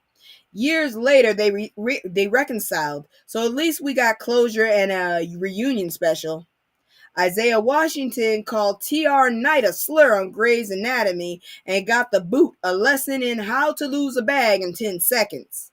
Amanda Seales versus Issa Rae, that one stung. Amanda said Issa didn't protect her on Insecure, and boom, two brilliant women never speaking again. And Amanda, I just still can't handle her. Will Smith and Aunt Viv, iconic clash. Janet Hubert wanted Fresh Prince to be a true ensemble. Will wanted to be Will. They hugged it out in 2020, but the damage had been sitcom historic by then. Yeah, they had a problem too. I didn't know that. He's one of Bobby Brown's sons, and they all have decent. That I didn't know that either. See, I don't be in their business like that, so I didn't know that. But let's keep going. Let's see. And then Joe Marie Payton and Jaleel White. I didn't know this. Almost fought on Family Matters. Sis said if Urkel had one more meltdown, she was throwing hands. And honestly, I get it. I did not know it was those two against each other. Then come the producers and exec beefs. James Amos got fired from Good Times for saying no to buffoonery. Lisa Bonet caught heat from Bill Cosby for being her authentic self, and Monique still waiting on an apology from everybody in Hollywood. Moral of the story, black actors shouldn't have to pick between dignity and employment. Hollywood keeps recycling black trauma. I wish my phone would shut up. Black trauma stories, but when we speak up about the real trauma behind the camera, they call it unprofessional. Nah, call it boundaries. I believe that. I'm cool with that. Let's move on, because this next story, I don't know what to tell y'all. Well, shit. Like I said, I don't know what to tell you. This one is new. I'm That fuck 'em up. I'ma do my stuff. Portia Williams goes on Instagram official with girlfriend Patrice Sway McKinney in holiday PDA photos. So she's out now? Or she bi? I don't know. These people be doing too much to me. So Miss Portia, I said what I said Williams, is in her soft life era. And baby, she looks happy. She just went IG official with Patrice Sway McKinney, posting a cozy picture by the Christmas tree that screamed unbothered and booked. Now, a few months back at CultureCon, Portia dropped a hint that she was dating both a man and a woman, saying she was rediscovering love after her split from Simon. I ain't saying that last name because that's too many letters. Fast forward, the mystery woman is Sway, and fans are eating it up. Let's be real. Portia had her share of public heartbreaks, from her marriage to Cordell Stewart to the whirlwind romance with Simon. But this time she looks grounded. I hope. The way she mentioned, let me see here, and the way she captioned that birthday post, it wasn't messy, it was grown. Just joy and peace. Black women redefining on their love terms is a beautiful thing, and seeing one of the most outspoken real housewives step into her truth, especially in a space that's historically judged women for everything, that's growth. I didn't see it coming, me. So yeah, some folks are gossiping, others are cheering, but Portia's message is clear. I'm choosing me, and I'm choosing happy. And if you can't clap for that, go sit with your own misery. Look, I don't care who the hell you date. I'm just tired of you always being in the news about it. Shit. Just tell me why you keep dating so damn much. God dang. All right, so she with a woman this time. I don't know how long that's gonna work, because you do know the stereotypes of, and I've experienced it because I have dated women as well. Relationships sometimes go super fast and reckless and drama filled. I hope we don't hear any more about her for a while. That's all I'm gonna say. All right, y'all, we about to move on into the health. We got one health story, then we got a palate cleanser, and a show. What you call it? I'm starting to get it out because I only have 3 days between my next thing, and well, 2 days, and then after that I have 3 days. So I do more stories on the Wednesday than I do on the Sunday. That's what I'm gonna start doing.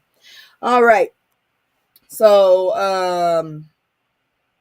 it's a little weird though when you think about it, because once you get all those stories out from, you would end up with more shit going down. But whatever. Anyways, let's check this story out right here. God dang it. Whew. Where is it? Health. Okay. We are at war. All right. We talk about black girl magic, but let's be real. Sometimes that magic is survival wrapped in exhaustion. I know it is, because I have it right here all the time. The deaths of Tyra Spalding and Chelsea Creast broke a lot of hearts, because on the outside they looked like they had it all, but inside they were fighting invisible wars. That's the part people miss. You can be glowing on the gram and crumbling in silence. Shit, I'll let y'all know. I be going through some shit. Over 7 million Black Americans live with diagnosable mental health conditions, and Black women are most likely to suffer untreated depression. I didn't get my shit treated until I finally got in my 40s, for real. I had intermediate treatment. I never had stable until recently. And right now I'm still waiting for it because it had to get interrupted again. Why? Stigma, lack of culturally competent care, and that be strong myth that keeps us from saying I'm not okay. Half of Black women report bias in media settings and medical settings. And I'm gonna throw this phone right out the window. Shut the hell up. Shit. Then you do too. Anyways, um, when you add in racism, classism, and the pressure to outperform, it's a recipe for collapse. The system isn't just failing us, it's gaslighting us. That's why projects like African American Wellness Project matter. We need spaces that get us, where you can cry without judgment, find a therapist who understands cultural trauma, and heal without having to translate your pain. So here's the truth. Strength without softness will destroy you. Therapy, rest, boundaries. That's the real revolution. Check on your strong friends, especially the ones smiling through the storm. I'm usually laughing through the storm, and it's not a real laugh. It's usually making other people laugh while I try to coast that bitch. Yeah, so folks, seriously, check on your strong friends. Check on yourself, because sometimes we got to stop. And I'm so sick of that whole stereotype of, yes, Black women are strong, but unfortunately, it's gotten to a point where now we're supposed to be fucking Superman in this bitch, and we're not. Just like what you call it said, Cat Williams said, y'all motherfuckers sitting up there, putting the person up there and putting the cape up, but you didn't ask the motherfucker if they could fly. I can't fly, so please don't expect me to be sitting up here being hell no. Mm-mm. Oh, and did y'all hear that apparently napkin people are teaching their kids when they're lost to go find a Black woman? Man, if you come around me, I'm gonna treat you like a spill on the floor. I'm gonna be on my tippy toes and moving around you. I don't want you touching me. I'm not your parent. I don't want you near me. No, no, I don't know that child. I'm not putting you in my car. No, I gotta help my own community. Okay, so don't teach your kids that. I will say that as well, because a lot of black women are saying it, and I'm gonna add on to it. Do not teach your kids to come find a black woman. Jesus Christ. Go find a black woman. And all the shit y'all talk about us, we supposed to be angry. We supposed to be pissed off. But now y'all want to sit up there and teach your kids to go find us. No, don't. Please don't. Go find a white woman. Go find a white woman to help you. I would say go find a white man, but yeah. Y'all Amber alerts get made doing that shit. No offense, but you know it's true. So yeah, don't send them my way. Send them on back to your sisters. Don't send them our way. We're helping brown and black kids over here. Don't teach your damn kids to come look for me. I am not Superman and I can't fly. I promise you that. All right, I'm gonna do my commercial one more time. If you got any complaints or suggestions, you want to tell me to change this or that or switch something up, hit me up on the comments and I'll actually read it. If you come at me crazy though, you'll probably be one of my unhinged TED Talks. I'm just saying. I like to complain. I promise you. I get on it. Anyways, check this commercial. I'll be back with the palette cleanser and then we gonna look at some fashion. It's just me and the fam. It's just me and the fam. It's just me and the fam. It's just me and the. It's just me and the fam. Yeah, yeah. It's just me and the fam. See my little Tay, that's my hype girl, that's my mascot. No one's go for hours and some hours till we pass out. Stay inside the house, turned up with them racks out. Stay inside the house, turned. All right, I don't get it, but apparently Jersey is getting it. Loose horse leads New Jersey police on a hoof chase. What you gonna do? I don't know. So now this one's straight out of a comedy sketch. Police in Gloucester or Gloucester, I don't know, Chester, Worcester, is this Gloucester then? County, New Jersey, found themselves chasing a horse through a suburban neighborhood on Friday. Yes, a whole horse, not stolen property, not a suspect, just a four-legged fugitive living its best life.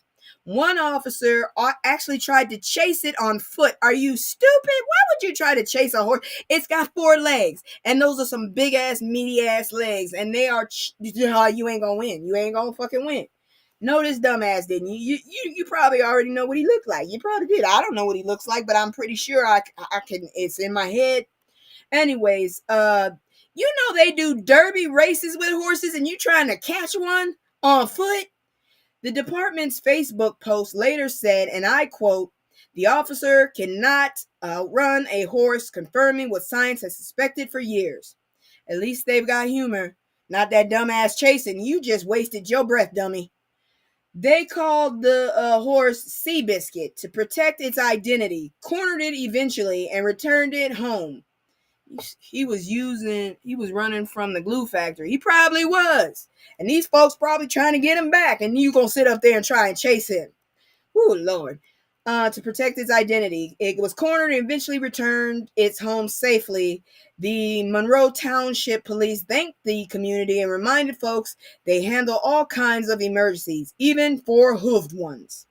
It's rare to see cops laughing about a chase instead of escalating one, so we'll take the laugh where we can get it.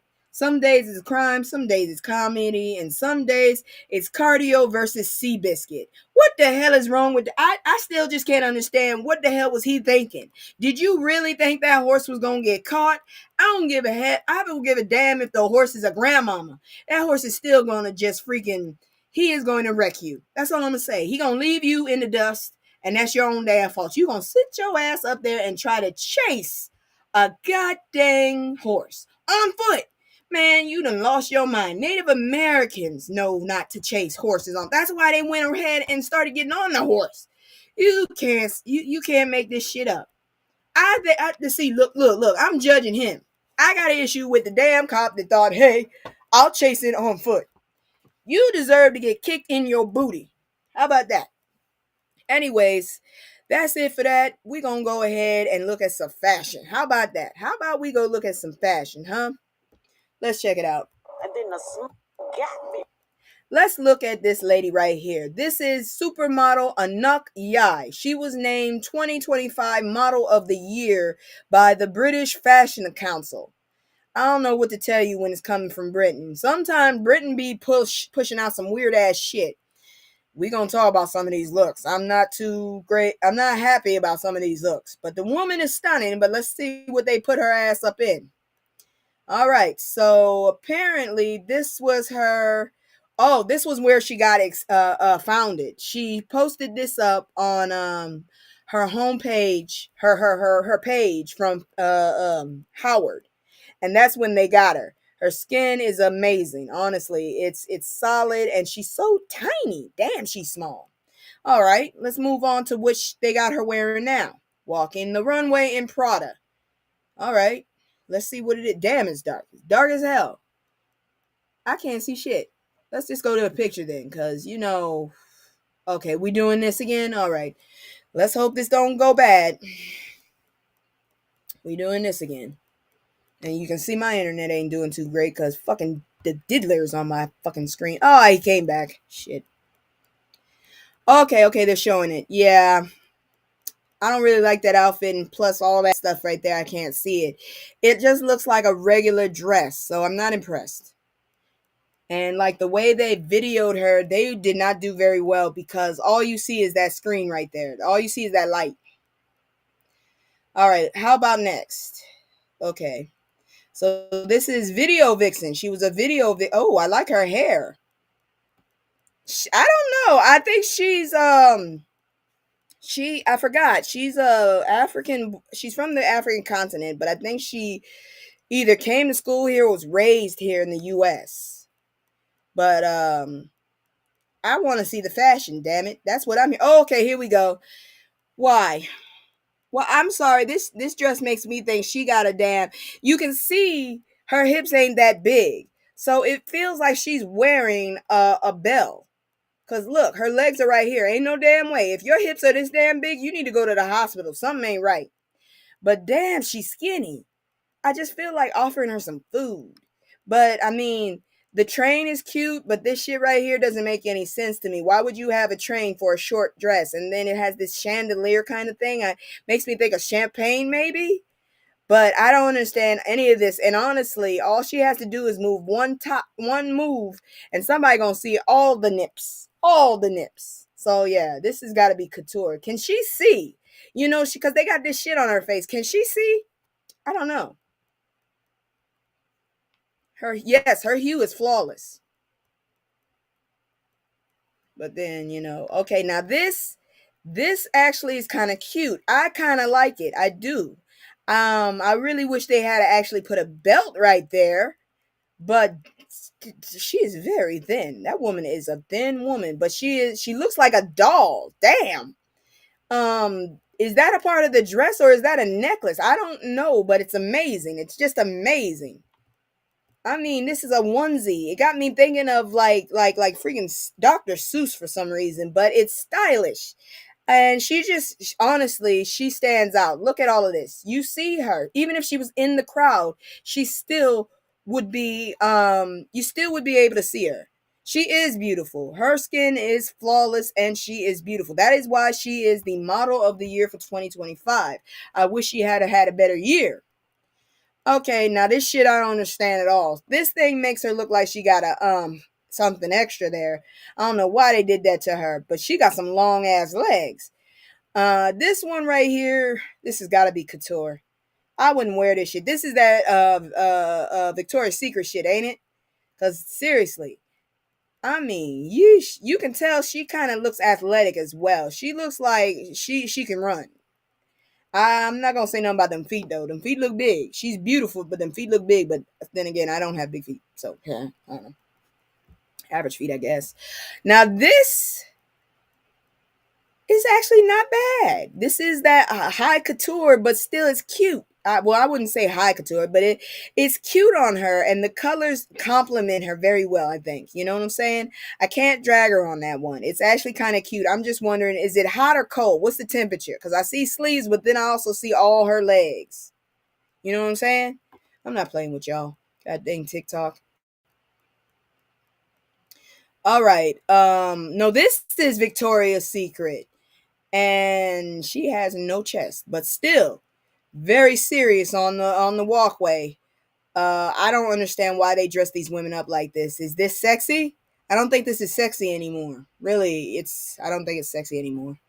They stopped that style. Yeah, I think this is Victoria's Secret right here. This is it. I thought the other one was because you can see the bra. Right here, she kind of reminds me of Dolce. Yeah, that one is confusing. She look a little like Dolce. I kind of like the top with that whole thing, but then when you get down here, it throws me off. Okay, I thought this would be kind of, if you're gonna finish it off. Already it's weird. I guess this is like the top and then it repeats. I don't get it. I don't understand it. This is stupid right here at the bottom. What I would expect is maybe a gauze finish, like a little like a lace kind of thing coming down the crumple softly, but this right here I don't get it. I don't get it at all. You could even do satin like the gloves. This shit right here, man, they just threw her in there, but her hair is cute as hell too. She is giving fierce. It's like you cannot approach this woman. Her cheekbones, woo, that makeup is doing its job. Move and look at the nosy person in the back, right here, sitting up there. Nosy. Anyways, moving on. YSL. All right. I don't understand the dress. She's giving. I love the jewelry accoutrement. The dress I do not understand. Why are you making it so fluffy? And then right here, do you want to see it or do you not want to see it? What's going on? And then with these sleeves, where do they stop? This dress comes out as well. So where does it stop? I feel like I would fall in this outfit. This is not it. It is not it. I don't like it. I'm confused. I feel like she should have a bonnet on because the shoulders look like bonnets. It's just a bonnet dress. That's all I can call it. It's a bonnet dress. Okay. I like her hair. The tracksuit is kind of regular, but is this a two-piece or a one, or is it a onesie? Because I mean, it is still chic. It's chic. She's doing the chic thing. The hair looks lovely on her. I hate pointy ass shoes though, so I'm not feeling the shoes. But it's interesting, and she has pockets too. That tells you how skinny she is. Damn, I wish. No, not really. I kind of like having hips. Um, but yeah, she's gorgeous in this one. I mean, they have really good, accessories to her. The outfit is giving a little bit more of velvet. What is that? Velvet? And it's also giving a masculine, very masculine outfit right there. The stance is kind of masculine too. I'm just saying. All right. Ooh, okay, this is the crystal place. I understand, but I still feel like this could have gave more fabric. Because it honestly looks like you just put a band around her chest and then gave her a asymmetrical skirt. Now, what I probably would have done is if you're going to keep all that ice on her, trail some small ice down her arms. And maybe, maybe the back could be connected to the two outfits to make it one. That would be kind of cool, but then the hair is covering it, so maybe not. But maybe the skirt could be longer, because honestly, it's kind of primitive looking. I'm not going to lie. It's giving, yeah, she does not have any curves, unfortunately. She does have some small ones. Look at that. Athletic curves. The woman, well, she's a model, so models are gonna have that body, and that's it. Thankfully, it's not too crazy. I don't understand that jewelry. I've been seeing it more and more, and I'm not really a big fan of it. But hey, I don't know shit. But that's it for the night. I want to thank y'all. I've been tweaking shit left and right, adding like some stuff. Do you guys want me to change the background? Because I have another bedroom background. It's darker though. I don't mind, but I'm just wondering because you know how I am. I usually bounce off of that shit left and right. You know what I'm saying? But anyways, that's it for the night. I want to thank y'all for coming. I really appreciate y'all, and I honestly mean it. If there's anything you think I could improve, please let me know. No, not darker. Okay, so I'll stay with this one then until I find a lighter one. The only other lighter one I have is in an asylum. And I'm keeping that for when shit hits the fan ridiculously. You like this background? Okay, so I'll keep this background then. I've kept it for about 3 months. Usually, I change my shit. So you never know. All right, y'all. I love y'all. Thank you so much. Please support me by subscribing, liking, sending it to others. Please get my numbers up. I'm starting to redistribute, and I'm still working on the the Exodus and all that stuff. I have a tutorial up for that, but a new school week has started today, so I'll try to get it up in there and try and get it up because I said I was going to start this in November. Oh no, not asylums. Okay, no asylums. All right then. Well, I'll see y'all later. I love y'all and good night. Oops, wrong one. Damn it. I can't stay. No, I always gotta go. Playing house, this ain't a home with my soul. On the road, I can't stay. No, I always gotta go. Playing house, this ain't a home with my soul. On the road.